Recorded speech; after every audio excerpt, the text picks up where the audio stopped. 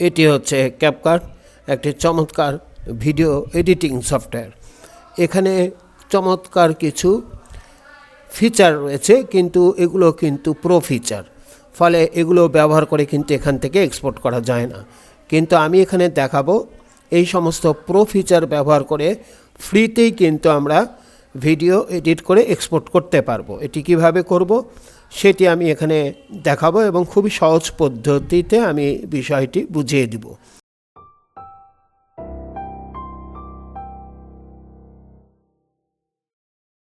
তো প্রথমে একটু দেখাই, এখানে এই প্রো ফিচারটি আমি ব্যবহার করেছি। তারপরে এখানে ইকো সাউন্ড ব্যবহার করেছি এই ক্লিপটাতে। তারপরে এখানে এসে 3D সারাউন্ডিং সাউন্ড ব্যবহার করেছি এই যে এখান থেকে, এবং ডায়মন্ড চিহ্ন দেওয়া আছে, তার মানে এটি কিন্তু প্রো ফিচার। তো এখন আমি এটাকে কিভাবে কাজ করতে পারি, এখান থেকে আউটপুট পেতে পারি সেটি দেখাবো।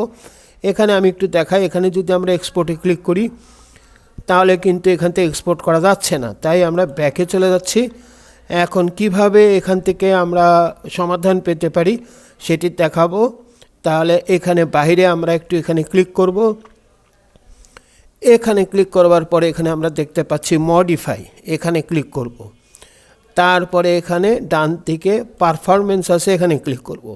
এখানে আমরা প্রক্সিতে দেখতে পাচ্ছি এটা কিন্তু টার্ন অফ থাকতে হবে, আমার এখানে টার্ন অফ হিসাবে আছে, অতএব এখানে আমাকে করতে হচ্ছে না, তাহলে ক্যান্সেল করে দিলাম। এখন আমরা যেটা করব, এই পুরো বিষয়টা এখানে যতগুলো স্টিকার আছে, তারপরে টেক্সট আছে, এগুলো সব কটাকে কিন্তু সিলেক্ট করতে হবে।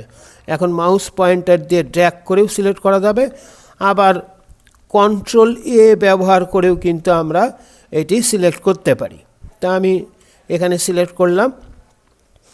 এরপরে এখানে এই জায়গাতে আমরা নিয়ে আসবো, এই ভিডিও ক্লিপের উপরে মাউস পয়েন্টার নিয়ে এসে রাইট ক্লিক করব। তারপরে এখানে লেখা আছে create compound clip sub project, এখানে ক্লিক করব। এখানে ক্লিক করলে সমস্ত কিছু কিন্তু একটা ক্লিপে কনভার্ট হয়ে গেল, আমাদের এটা হয়ে গেছে। এরপরে আমরা আবার রাইট ক্লিক করব। রাইট ক্লিক করবার পরে pre process compound clip sub project, এখানে ক্লিক করব। এখানে একটু সময় নেবে, ক্লিক করলাম। এখানে কাজ চলছে, আমরা একটু অপেক্ষা করি। এখানে কিন্তু পার্সেন্টেজ দেখাচ্ছে 63%, 70%, এভাবে 100% হলে আমরা সেটি তারপরের স্টেপে চলে যাব। আমাদের কিন্তু কাজ হয়ে গেছে, আমরা একটু প্লে করে একটু দেখি, এবং তার উত্তরও এখানে লেখা আছে। চাপের প্রো ফিচার কিন্তু এখন কিন্তু ইকো হলো, ইকো সাউন্ড। এখন আমি চাচ্ছি এখানে উত্তর, এখন 3D সারাউন্ডিং সাউন্ড এই আদলেই লিখতে হবে, কিন্তু আমি টাইপ করব না, এআই ব্যবহার করে এটি আমি কিভাবে করতে পারি।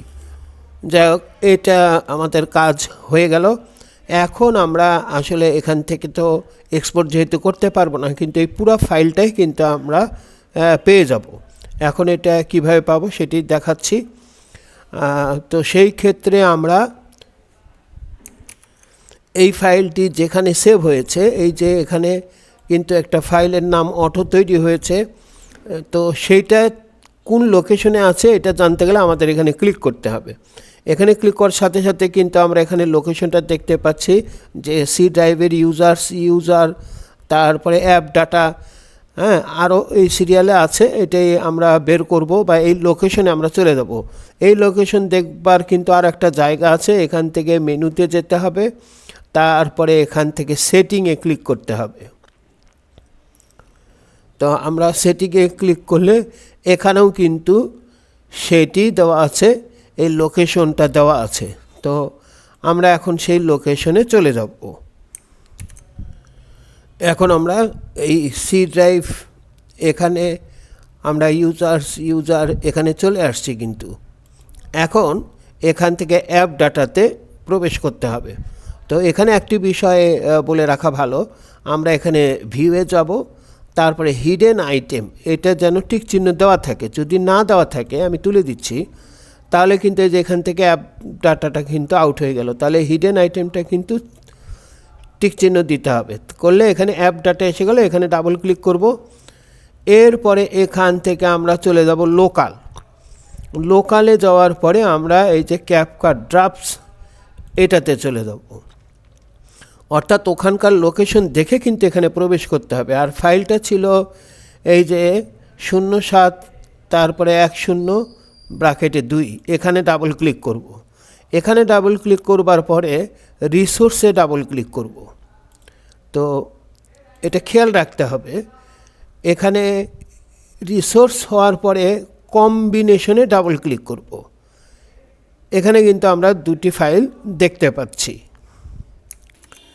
এখন এখানে কিন্তু আমরা দুটি ফাইল দেখতে পাচ্ছি, একটা 11 মেগাবাইট আর এটি কিন্তু একটা বড় 30 মেগাবাইট। এই ছোট যে আছে ছোট ফাইলটা তুলনামূলক ছোট, এটাই হচ্ছে আমাদের মূল ফাইল, অর্থাৎ এক্সপোর্ট করলে যা পাওয়া যেত এখানে কিন্তু আমরা ঠিক সেটাই পাচ্ছি।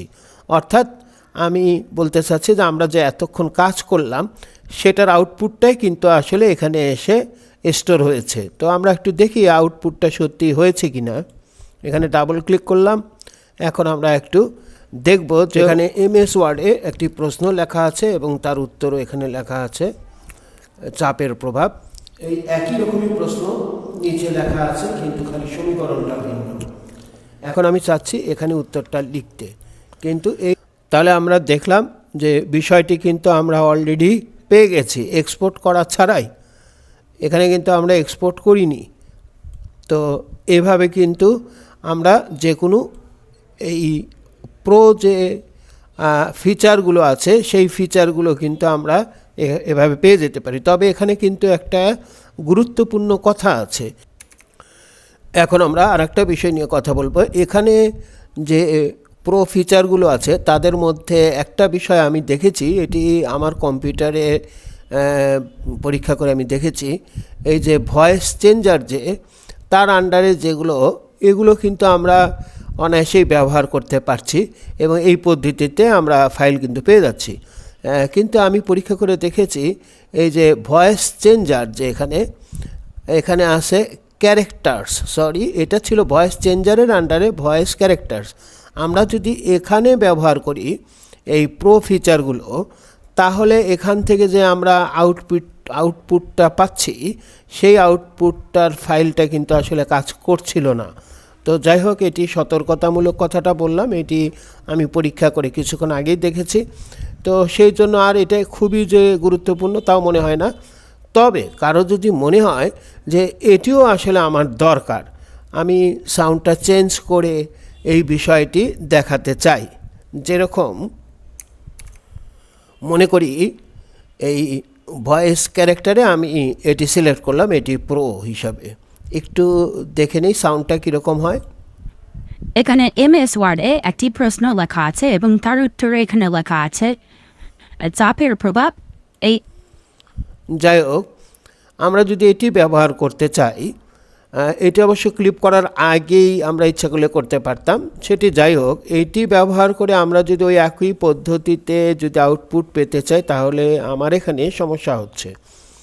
তো অন্য কারো কম্পিউটারে এটি সমস্যা হয় কি না আমার মনে হয় কমেন্ট বক্সে লিখলে আরও ভালো হবে। তো যাই হোক, তো এই ক্ষেত্রে বিকল্প কিন্তু একটা বুদ্ধি আছে, অর্থাৎ সব প্রো ফিচারে আমরা ব্যবহার করতে পারবো। সেই বিকল্প পদ্ধতি হচ্ছে আমরা যদি এটা বড় করে দেখি এবং তারপরে এটিকে যদি আমরা স্ক্রিন ক্যাপচার দিয়ে আমরা যদি সেটি ক্যাপচার করি তাহলে কিন্তু একটা দারুণ সুবিধা আমরা পাচ্ছি। যেরকম এটা চালু করে দিলাম, এখানে এমএস ওয়ার্ডে একটি প্রশ্ন লেখা আছে এবং তার উত্তরে এখানে লেখা আছে।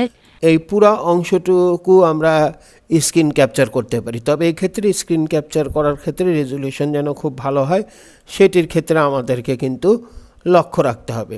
তাহলে মূল কথা দাঁড়াচ্ছে যে আমরা প্রকৃতপক্ষে এগুলো সবটাই ব্যবহার করতে পারছি, শুধু ভিন্ন একটা পদ্ধতি অবলম্বন করে, অর্থাৎ এখান থেকে সরাসরি এক্সপোর্ট না করে আমরা এই কাজটা করতে পারি।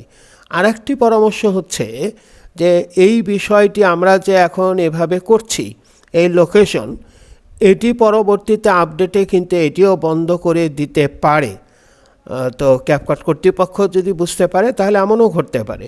তো আমার মতে এই জন্য মোটামুটিভাবে যে আমরা যে ফিচারগুলো পাচ্ছি, এটি তো প্রচুর ফিচার আছে, অতএব এটা দিয়ে আমাদের যথেষ্ট। তাহলে আমরা কি করব, আমরা সেটিংয়ে গিয়ে আপডেটটা বন্ধ করে দিতে পারি, তাহলে আমাদের কিন্তু আর কোনো ভবিষ্যতে অন্য কোনো ঝামেলা হবেই না। আরও একটি কথা, আমরা কিন্তু এইটি পূর্বের অবস্থায় ফিরে যেতে পারি।